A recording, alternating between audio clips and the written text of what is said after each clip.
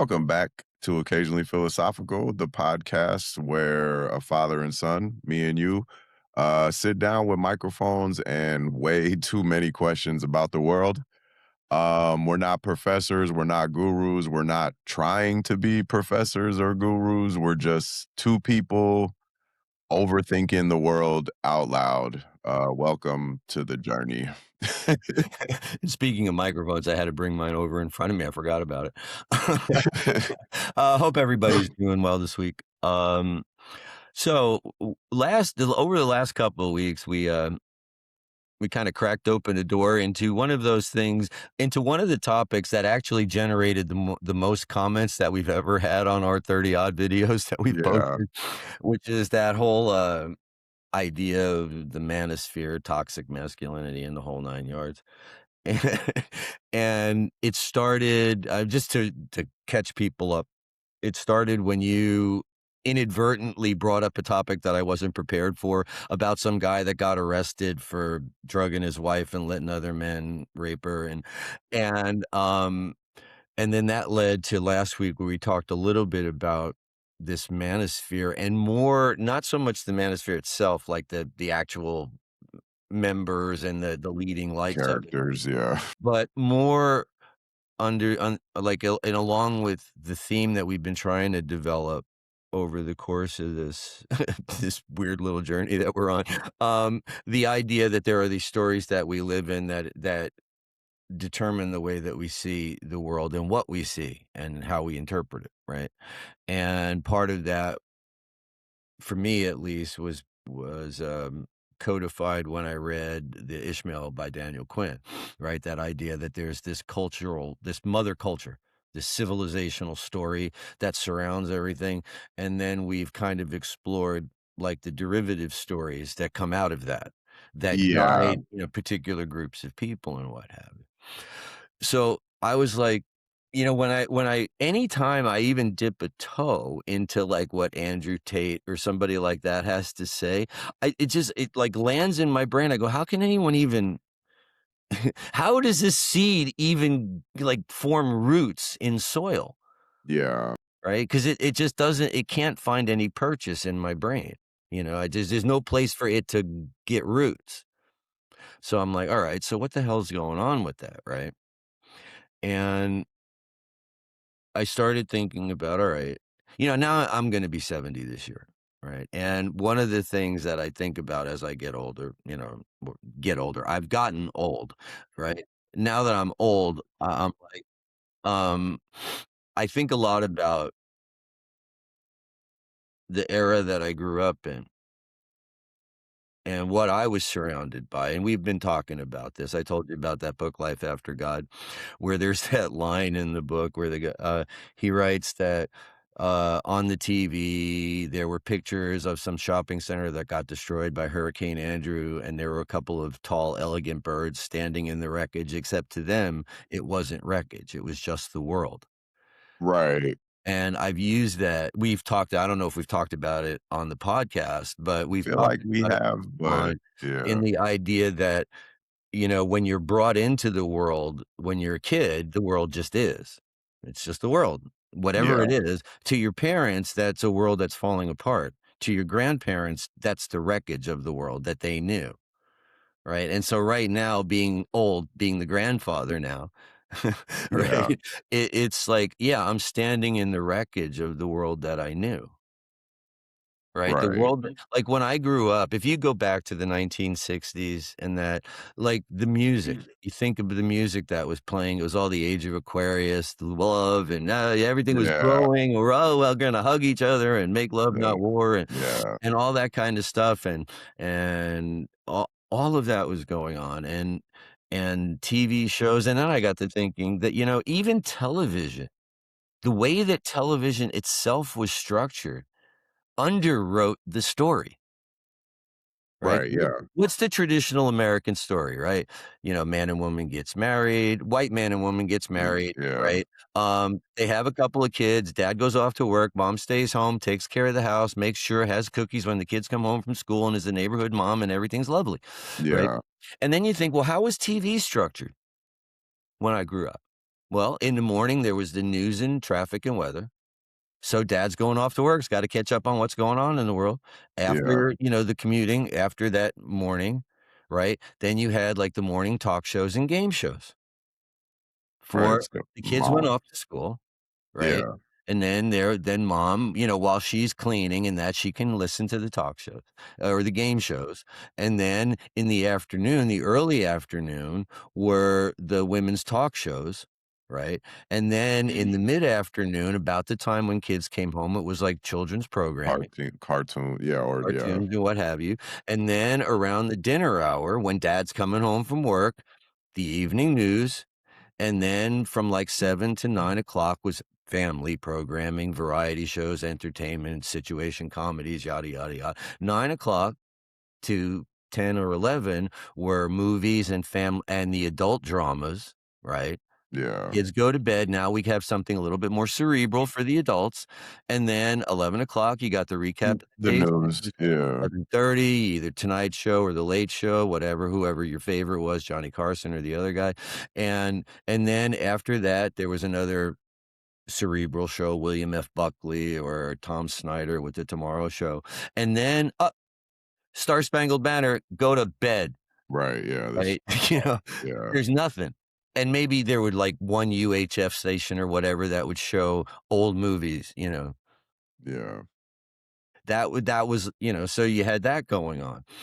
Um, so there would and so a lot of it was all positive, looking forward, right? The future was gonna get better. And then, in over the course of my life, I watched women gain rights and lose. yeah, right, I watched black people gain rights, gain rights.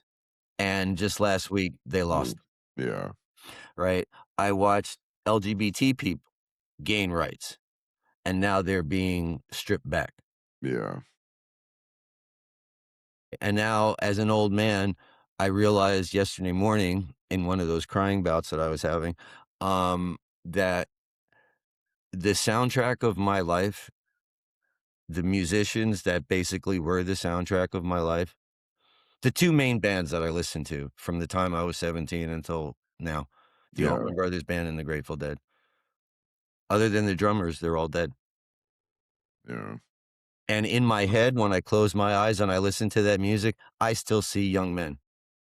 Yeah, it's kinda weird, like, when you think, 'cause yeah. Sometimes I've noticed that, just a little small tangent, but I've noticed that when, I look at actors, like current actors, like what they look like today, but in my mind, it's like they still look like that movie that I saw them in 20 years ago or whatever. Yeah. And so, you have that I have that reality that's weighing on me as well, And then while I'm thinking about the story that these young men are trying to deal with and how they're navigating in a world where all of the traditional well, I'll call them the traditional ways of paths to success and, the the normal life are being closed off.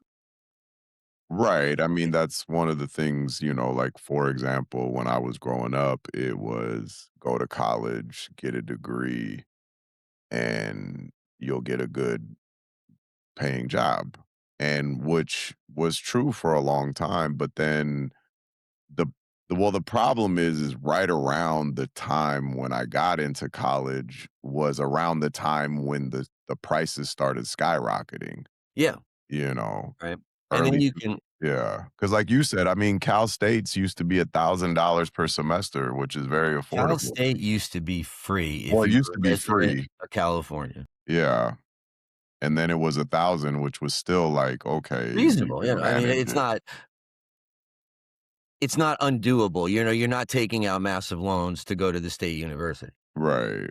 Whereas now I don't even know how much it is, but you Well, know. yeah, I mean, I graduated in from Sac State in 2004, but I was also funny thing was I saw this, I was scrolling through the Google news feed on the phone, um, while I was having coffee yesterday morning, and one of the things that I scrolled by was a picture, and it was like a picture of a video, so it was like a link to a YouTube video. But apparently, there was a guy, 85 years old, standing on stage getting his PhD. Black man. Black man standing on stage, and he was going to after he did that, he was gonna try to teach at these historically black colleges. Nice. 85 years old, and I went, "You Yeah, know what?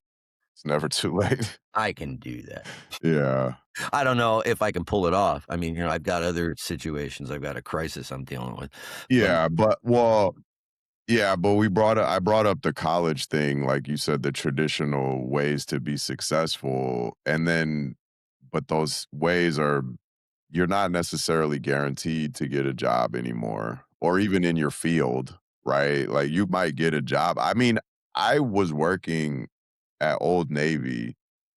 Now, granted, they were young and they just graduated college, or maybe they'd, been out for a year, but they have degrees and they're working at Old Navy, because they couldn't find a job in their field. well, one Yeah, of the now eventually, who knows? I mean, I ended up leaving Old Navy, so it's like I'm sure eventually, but they also are probably saddled with a ton of student debt, because of the price. So now step in the manosphere, they're saying they're giving all these like courses on how to crypto trade, or it's escaping the well matrix. Don't do the normal path because it fails people. well, it is So failing people. It's that and failing it's that's not see, I just think failing.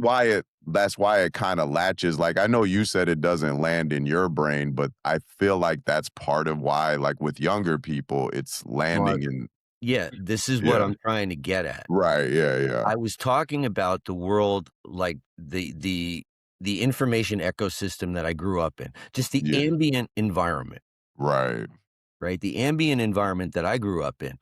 And you figure I was born in '56, so, I'm hitting my teen years, I'm a tween at the end of the '60s, right? Yeah. And Into I'm the in high school 70s. age in the early '70s, Yeah. right? So all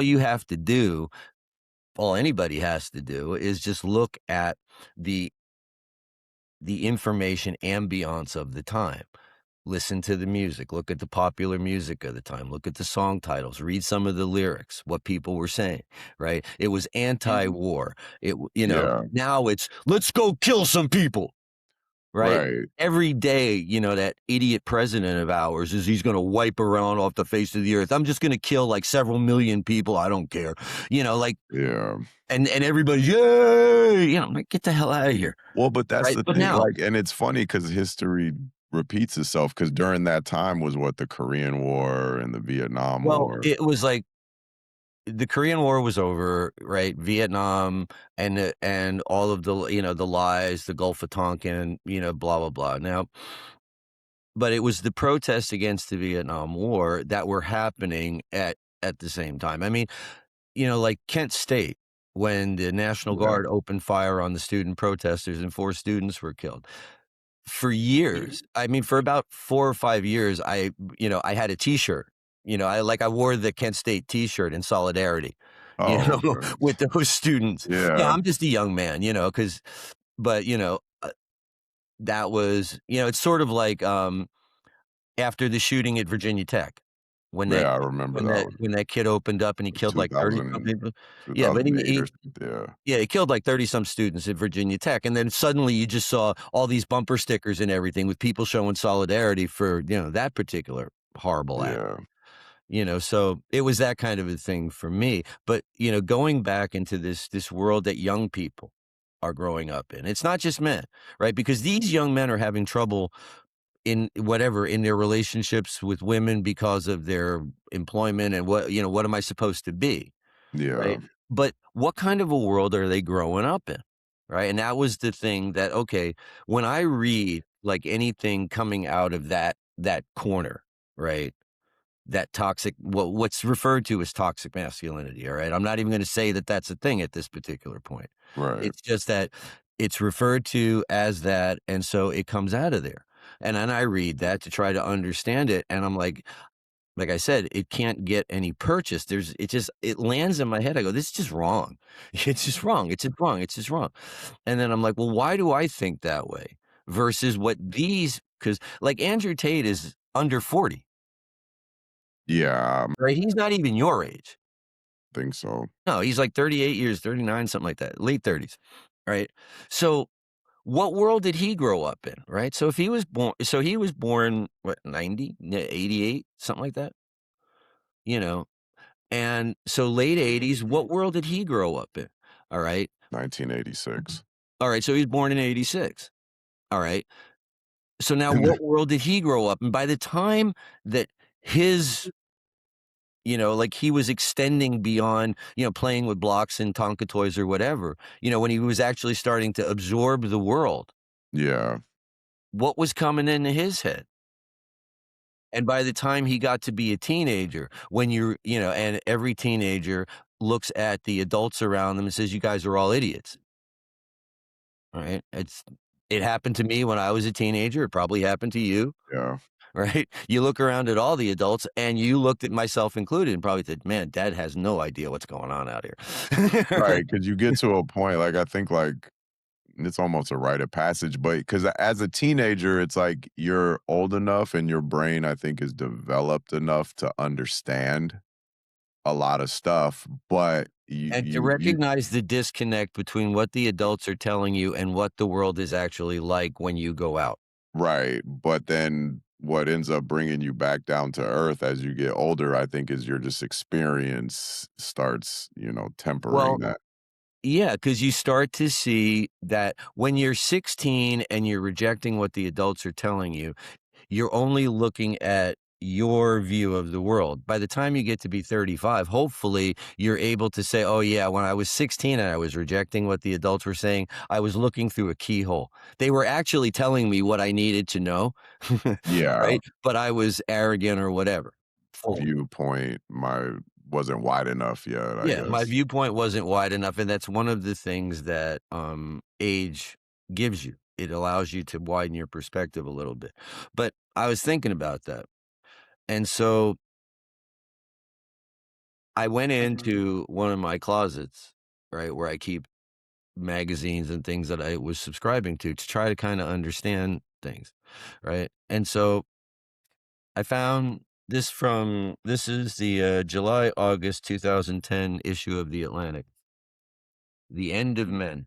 You said 2010? 2010, Wow. 16 years ago, right? So these young men that are 19, 20, 22 years old that are falling into the manosphere, they grew up their whole life seeing shit like this. Yeah. Or, yeah, I've got a pile of magazines that's about 10 inches tall here on the floor next to me. And that's only part of my collection, Yeah. right? But here's another one.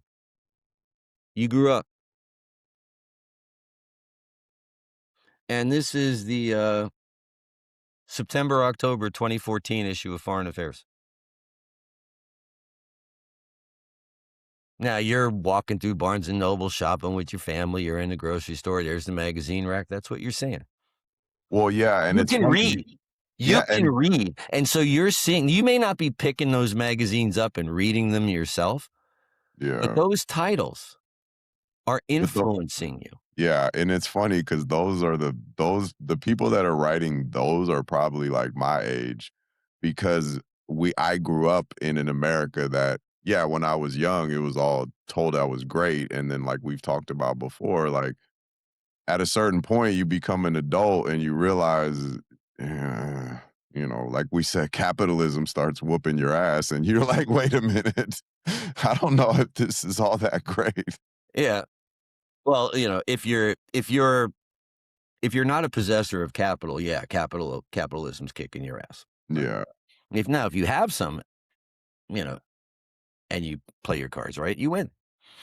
Yay.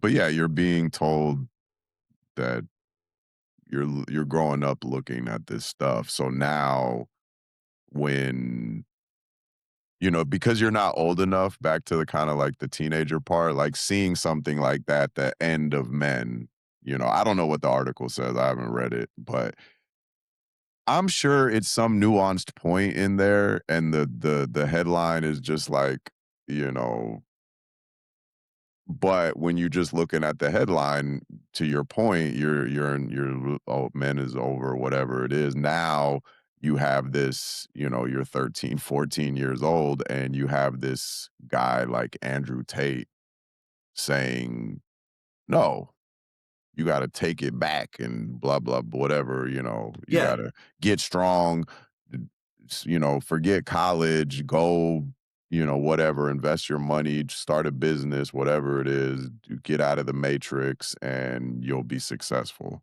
Well, yeah, I like, um, when this first came up and I started to do a little,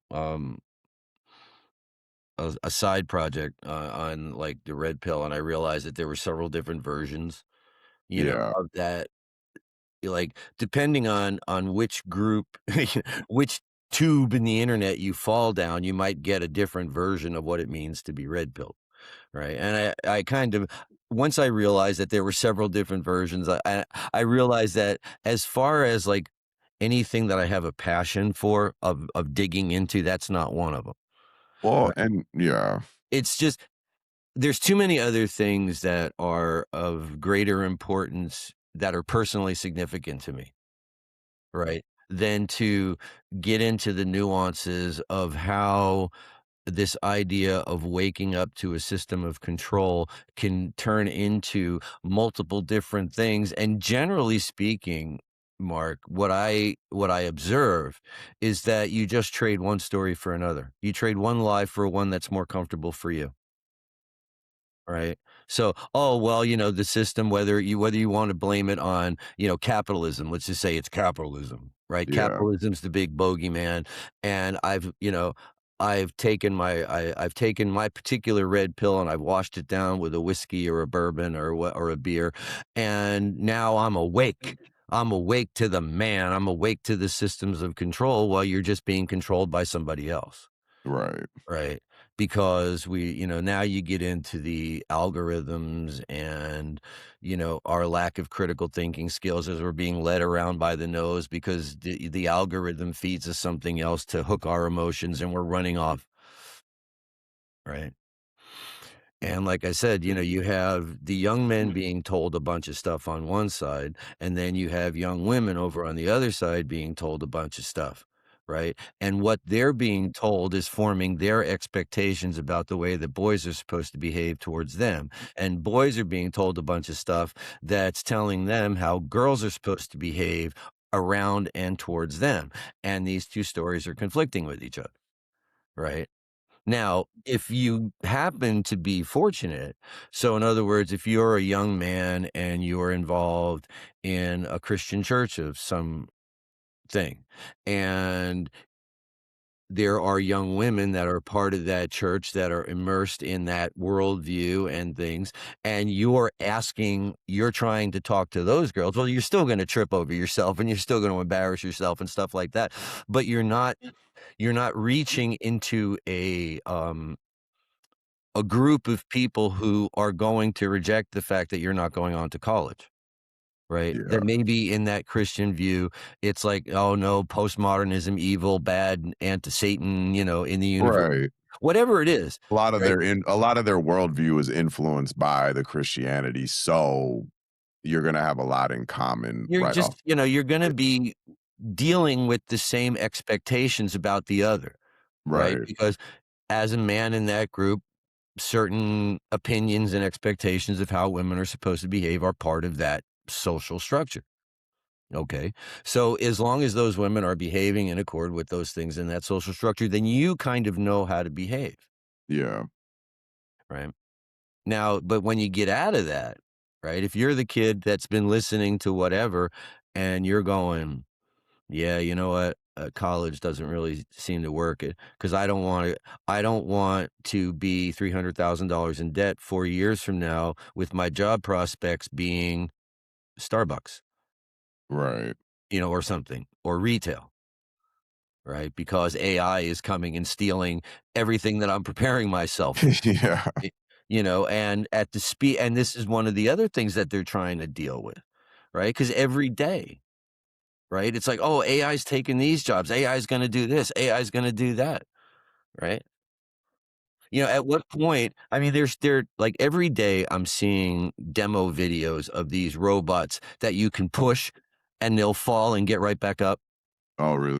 and all this kind of stuff, amazing balance and all well, obviously, actuators, I mean, come on. And at what point are they gonna program a robot to do plumbing? Right, yeah.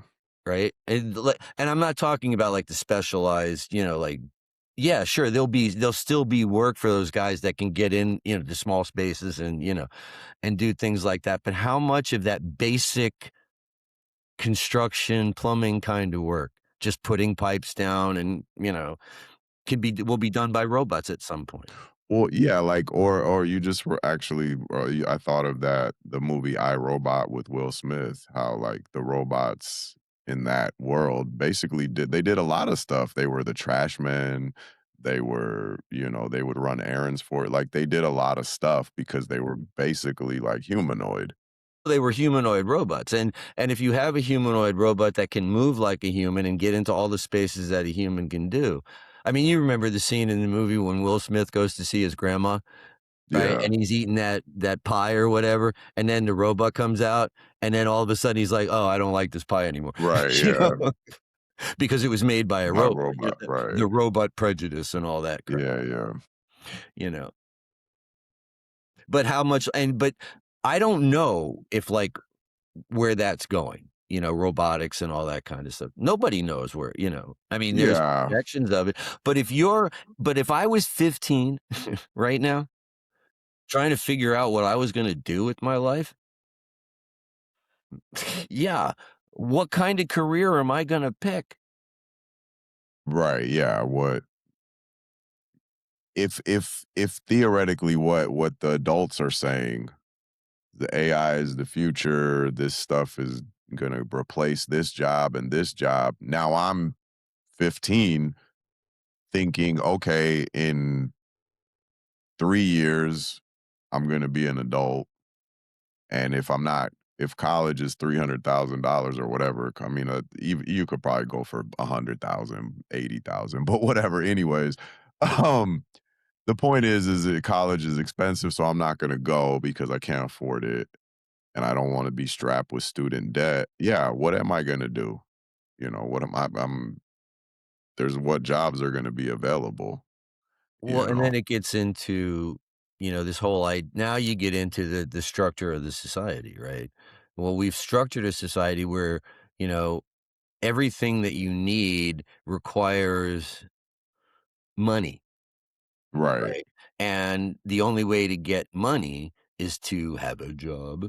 To sell your labor. Yeah, Yeah, sell my labor.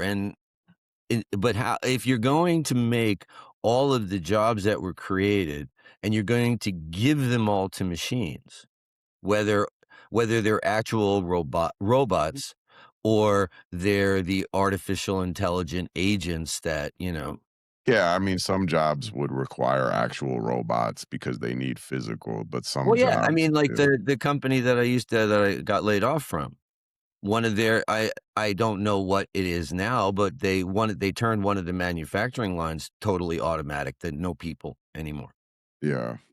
Now, I don't know, I mean, it's been several years since I've been affiliated with the company, and I don't follow them anymore. Yeah. So, um, yeah, we're off we got off track. I wanna get back to the world that these kids are living in, Yeah, yeah. right?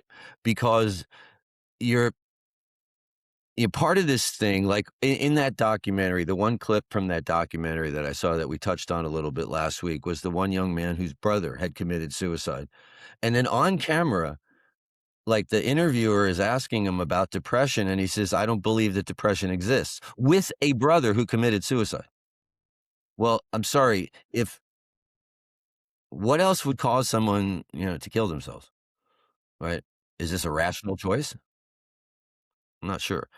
But, like, then I got to thinking about, this conflict, right, between boys and girls. And, like, when I was a kid, um the older men that I used to listen to would say, and again, this is probably sexist as fuck, so just, if but they used to say, "Oh, those women, those are mysterious creatures, women are," you know? Yeah. As if they were some alien thing that you had to, figure out, right? And then I got to thinking, all right, I'm basically a naturalist, philosophical naturalist. I don't believe in supernatural, causes, right? Right. And so I'm like, all right, whatever our mythology is, and Ishmael says, oh, we don't have a mythology, but yes, we do, Big Bang, evolution, yada, yada, right? Yeah. So let's assume that that story is true, that there really was a Big Bang and a bunch of minerals and stuff, and then chemicals happened in life.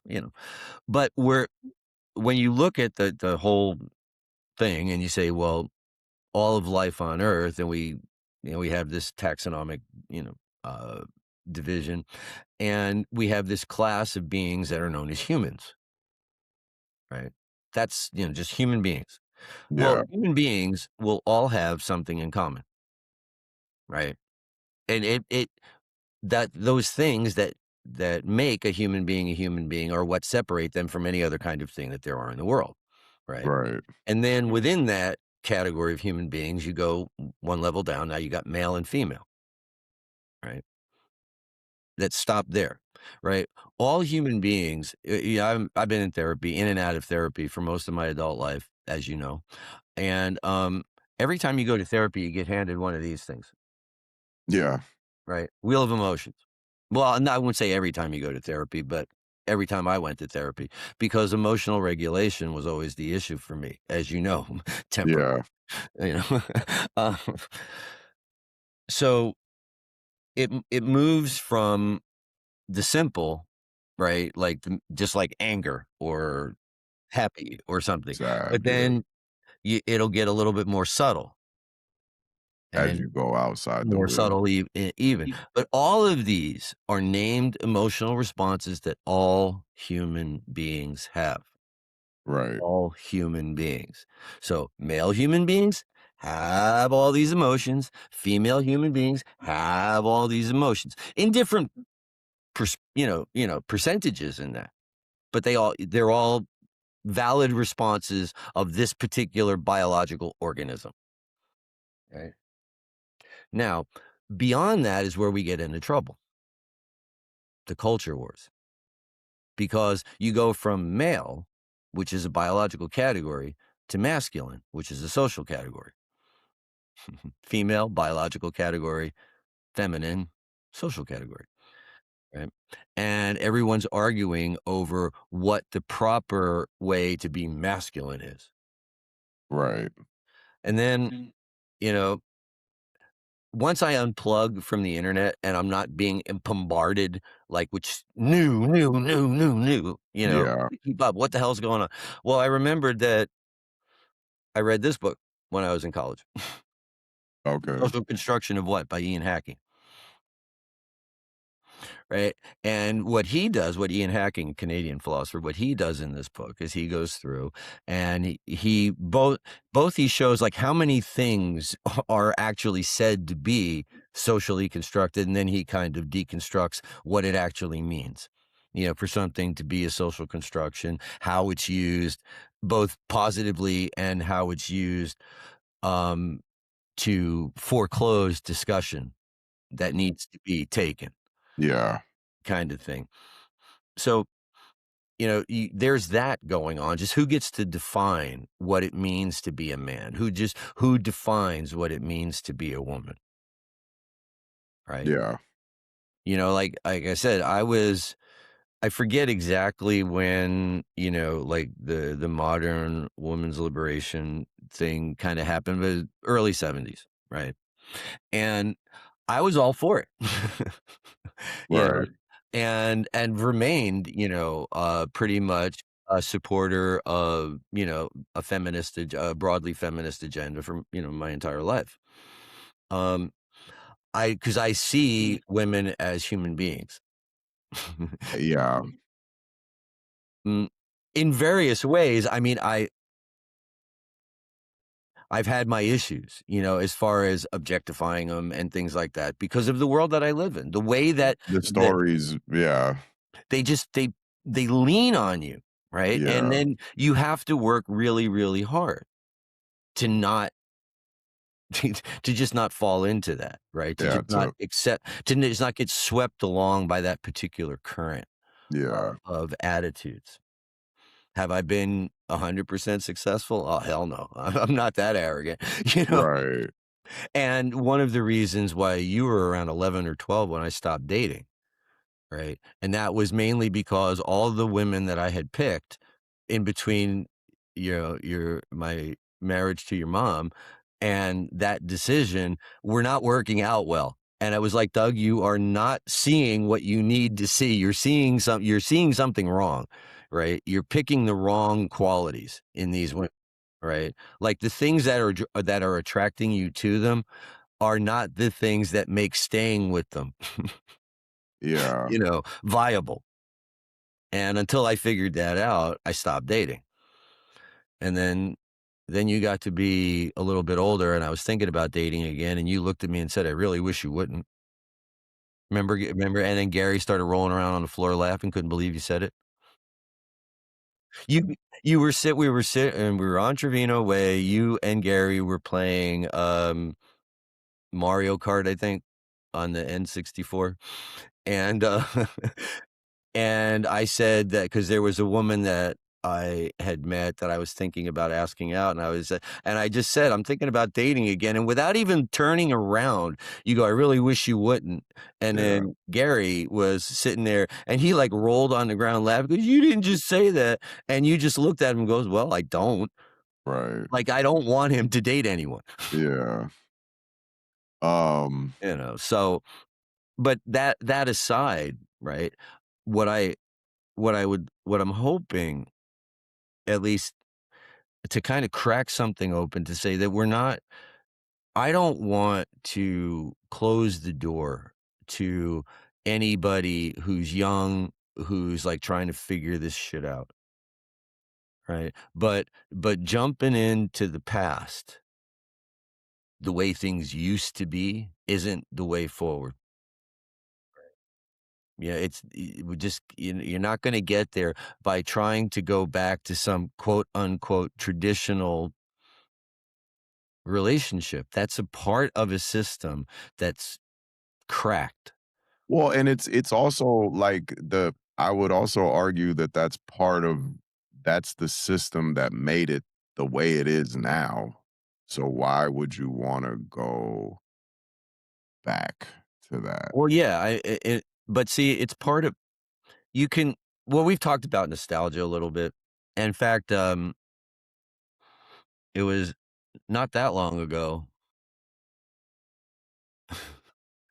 Uh, And they're saying, "Oh, these XYZ qualities are masculine, and these qualities XYABC are feminine." But it's like, well, who decided that, and when did you decide that? Like, how did you decide that? What is it? Because, well, let's go with the emotion thing. Like the wheel of emotions that all humans exhibit. right, At what point, who decided? Because if all humans, like we've established, men and women, male and female, and transgender for that matter, like who all of you, we all experience emotion. So who decided that men are not emotional beings when we obviously are, even if that main emotion that we exhibit is anger? because, but it's like, anyways, like when and why are we sticking to it? Like, why? Okay, it's almost like, if you look at it, you honestly, I feel happy, I feel sad. I don't necessarily have the language, which is probably a problem too, all those words. I didn't even know there were that many emotions. um, so, but which is partly part of the problem, because we're not emotionally intelligent, generally speaking. you know we live in when you think about it, like a lot of popular culture, right? denigrates, like emotional decisions, right? The cold, logical, objective approach to any situation Yeah, that's is good. they again, this is the voice of mother culture, because the voice of mother culture is not just words, it's structure. It's how Yeah, it's presented, right? And so you have to think about that. Like, how is it presented? But, you know, even when I was growing up, boys had a very limited emotional vocabulary. You know, you were yeah, allowed to be competitive, you were allowed to be aggressive, you were allowed to be angry, you were allowed to be, those things. Anything that was competitive, that was good power, that kind of thing. Those were good emotions for boys to have, and sensitivity and compassion and sadness, and those are girl emotions. Those are okay for girls, right? yeah, But not for boys.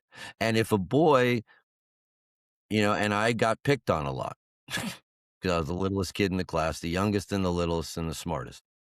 Ugh. yeah, Yeah, that's a brutal, right? And I got picked on a lot, and I would cry. And then boys don't cry. yeah, So now you have to stop. Now here I am, 70 years old, doing trauma release exercises, leaving puddles, 6 inches across on the floor because 'cause I'm crying so much, right? right. Because for decades, I was not allowed to, right? And where men aren't allowed to, and it's unseemly, for a man to cry in public. It still is. I mean, I remember it was uncomfortable for me when, like, I've been thinking a lot about that, Jordan Peterson clown too. I used to have a lot of respect for him until he decided to become a general in the culture wars. When he was standing above the culture wars, kind of looking at it from this kind of mythological perspective, he was actually quite interesting. I didn't agree with everything, but it made me think. And then he decided to, wag his finger at "Oh, you postmodernists," and like, "Fuck you, Jordan." Yeah, Like, don't wag your finger. Get your finger, like, I would be like the Scott Jennings, "Get your hand out of my face, you asshole." yeah, Um, sorry, my that emotional roller coaster that the TRE, does sometimes gets a hold of me. Um, bring me back. um, Oh, yeah. I know who gets to decide what emotions. Decide and what's masculine and Yeah, what's what's masculine, right? So here you are, you're, especially now, you're a young man, say you're maybe a tween, 13, 14, and you're in a world where on one side you're hearing maybe on parts of the internet that you're on that it's good to be in touch with your emotions. It's good to be able to express them, not hold them in. Not be, histrionic about it, but like to be able to say, I feel sad right now, right, or my feelings were hurt without, being, like I said, histrionic about it. And then on the other side, you're also hearing how you can't show your emotions. That's, it's being a sissy, yeah, right? If you have any emotions other than anger or competitiveness, you're just being a sissy, right? right, And so now you're trying to process this, and maybe your parents are divorced and you're living with your mom, right? So you don't really have a strong male figure around, or the only men in your life are alcoholics or drug addicts, right? right, This isn't exactly, you're looking at them going, "It's not exactly what I wanna grow up to be," you know? So where are the male role models that are demonstrating a full range of what it means to be a human being, as opposed to some cardboard caricature of well, yeah, I just wanted to Father bring Knows Best and Napoleon, the yeah, warrior I want and the lover. I want to bring up another option is that you do have a father in the house. He's just internalized all the stuff that we're talking about. So he's just teaching you the same things, right? Mhm. I'm just saying he's it's not that he's absent, it's not that he's a drug addict. He's internalized all this massive toxic masculinity. So now he's passing that on to you, or Yeah, well, but or again, who like gets to define what toxic masculinity is? Yeah. right? And if you're sitting there trying to become, because part of well, interesting in that in this book, The AI Mirror, that I'm currently reading right now, Shannon Valor makes a reference to, Ortega y Gasset, the magical realist writer, and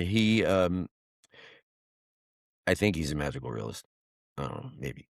Anyway, um, the point is that he writes about the human project is auto-fabrication. We make ourselves what we're the only kinds of beings that can see ourselves as being able to improve, you know, like That's our yeah. who we are, and that's part of the job of being a human is to turn ourselves, is to make ourselves into the best version of ourselves that we can be, right? At least. Um, but she's making a reference to something I had never read, so but she explains the concept of auto-fabrication well enough that I understand it, without having to go, you know, dive down another rabbit hole and read somebody else's entire body of work. And that kind of ties into maybe 20th century existential philosophy, that we're here and there's always a future and and we're building ourselves toward it, right? Um, but then you get into the occasionally philosophical thing. Well, which philosophical system are you going to pick up? Are you going to be Yeah. Stoic? Are you going to become an existentialist? Are you going to become a Buddhist? And then all of a sudden, now here you are again. What do you pick up? Right. So that now circles back to this other thing that I've been fighting with. Well, especially as I take more time offline and my brain has room to breathe. Yeah. um, is you know I lived a long life. I'm gonna be 70, and over the time, I've been through things. I've experienced this world, and when I read Ian Hacking or Lee Siegel or Shannon Valor or Nietzsche or Hegel or Alistair McIntyre or Karen Armstrong or whoever, it it either like, my brain says this person's right or this person's wrong, Yeah.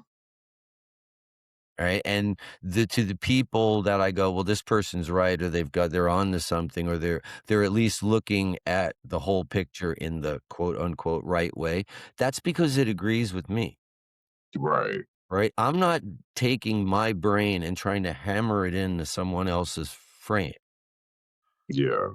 and sometimes I don't know if it's what I'm actually seeing out in the world, in the wild, but I have a sense that that's a lot of what I see sometimes. It's like someone's trying to hammer their brain into someone else's framework rather than going, "Yeah, you told me to read Nietzsche, I read Nietzsche, and I think he's a fucking idiot." Right? Yeah. Instead of, "Well, no, you think that Nietzsche was right, so I'm obviously wrong for not seeing it the same way that you do." No, that's not how it works. Yeah. Right? And that goes back to, something again that I've been trying to tease out in my own life for a long time, that your experience is not determinative for me. Your experience is your experience, and I'll listen to it, and I'll take your perspective of the world, and I'll go, "Okay, but that's not my perspective." And just because you see things that way does not mean that I have to see them that way. And that does not your perspective does not determine truth, Yeah. right?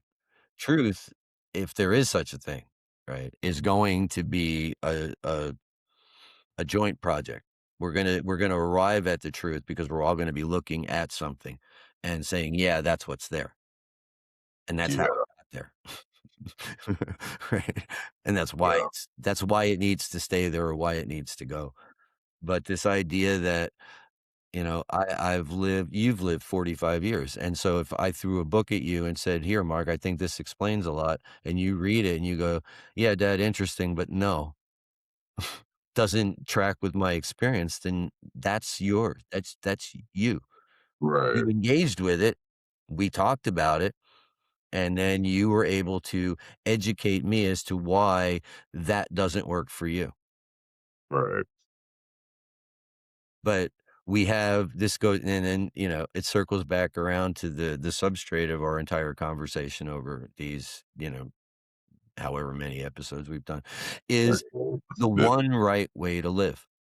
Right. Voice of Mother Culture, that big story that nobody hears anymore because it's structural, not spoken, is there's one right way to live. There's one right way to be in the world.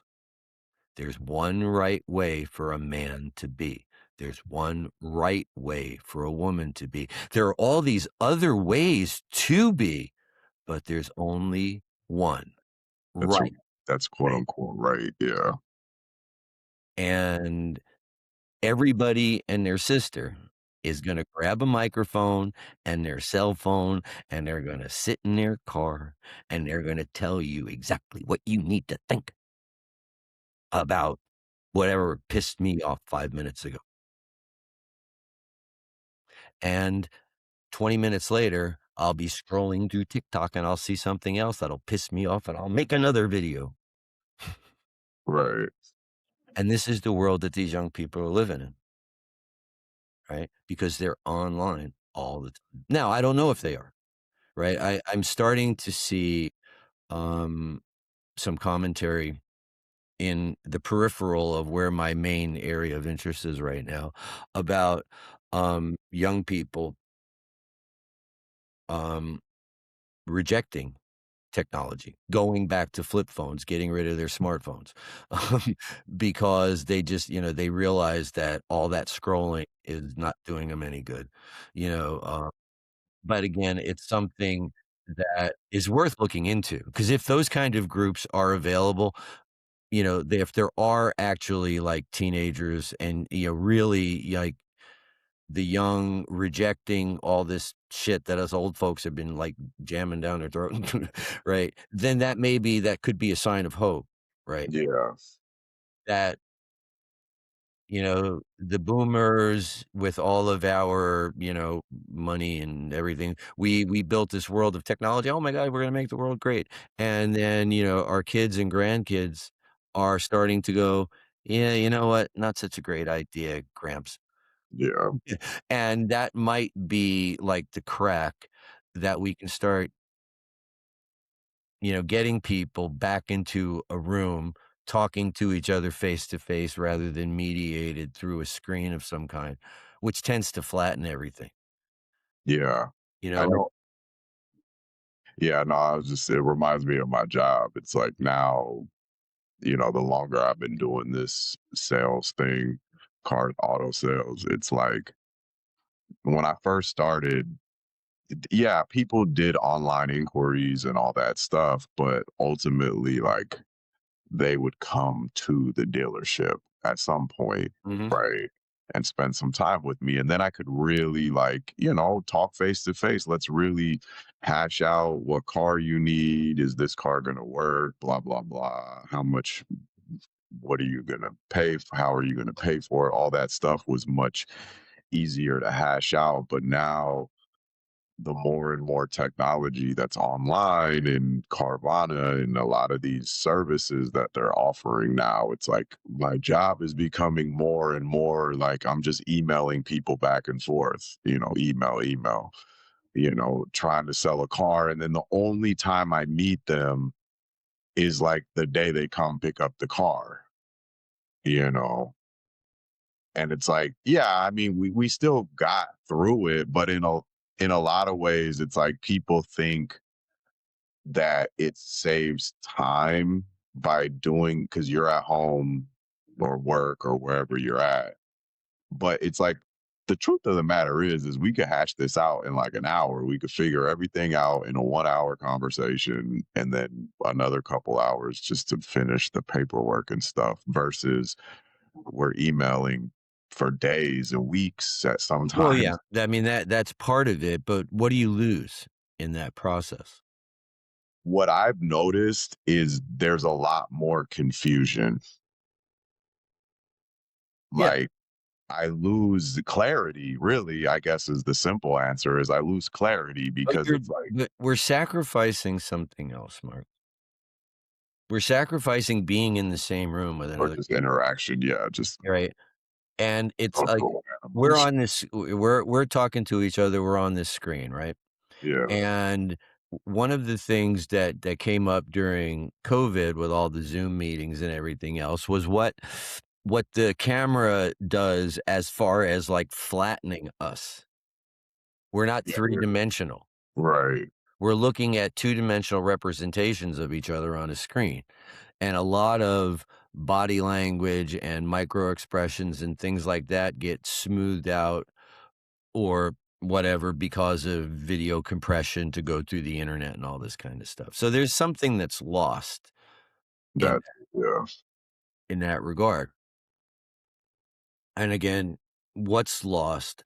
But we're but again, in my brain, there are other things that make the struggles that young people are having right now a little bit more understandable because um back in 2000, the sociologist Robert Putnam wrote a book called Bowling Alone, which yeah, was both about the decline of bowling leagues just more generally, but this isolation, as technology and all these changes that we're spending more and more time alone, and there are fewer and fewer places available, right? And this is 26 years ago for people to just go and hang out without having to spend retarded amounts of money.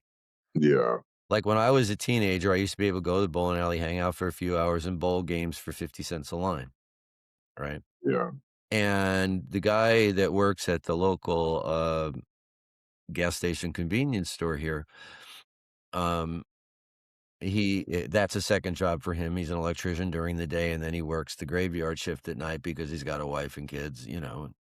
yeah, Yay, capitalism, right? One job is that was the myth, right? You're a guy, you get a job, one job, and you can support a family.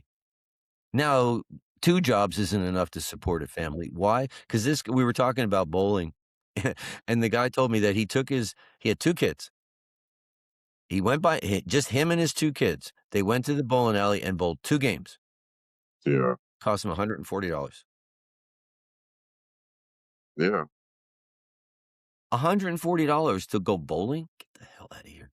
Well, it's gotten to the point, like, it's kind of a joke, but it's not really a joke that, like, it costs, like, $20 just to leave your house. Because at some point, you're gonna spend, like, at least $20. Like, I feel like no matter what, if I leave my house, at some point, I'm gonna spend money, right?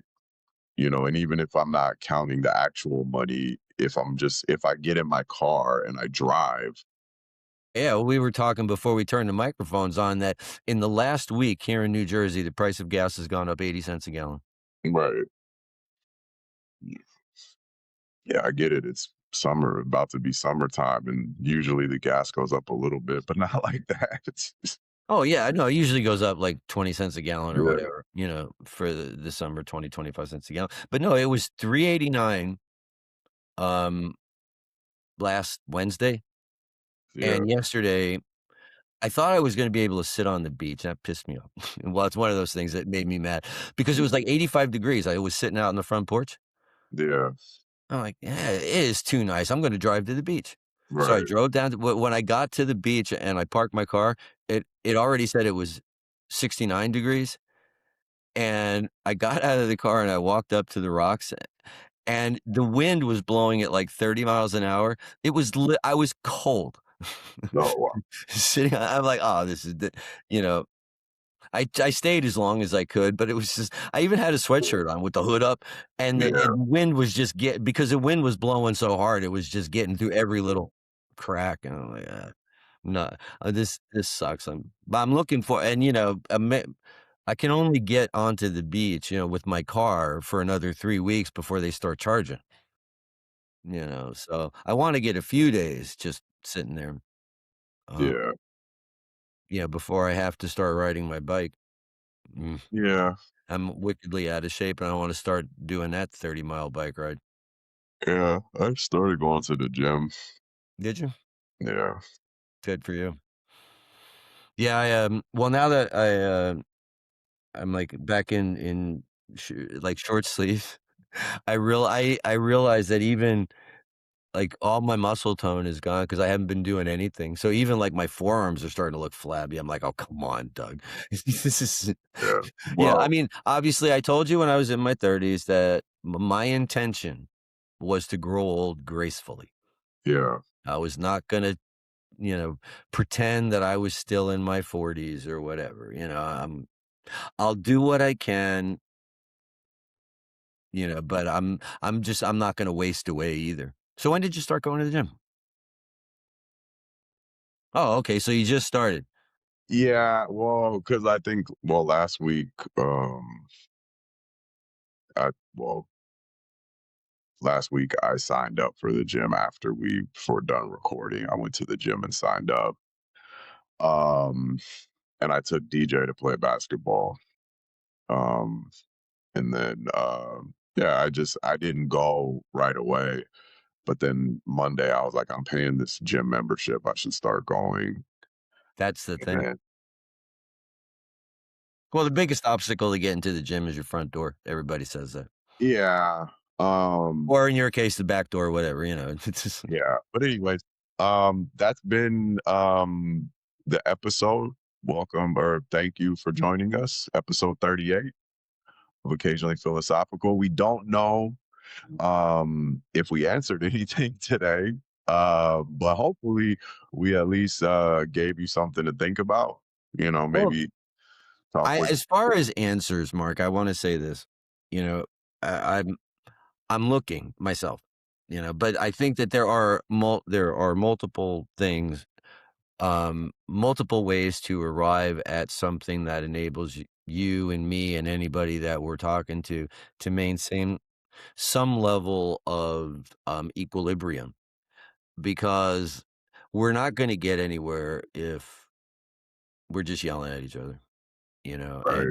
and, I like I said, and the theme is I recognize that, I grew up in a different world, and when I look at the headlines of the things that young people are seeing today, then the fact that they are confused about, where their future lies is not a mystery to me, No, it's not a right? I surprise. just at this particular point, what I'm trying to formulate in my own head is what I could possibly tell those young people to for them not to give up hope. Yeah. And that a better world for them, I'll be dead. A better world for them is possible if they start trying to build it now. Right.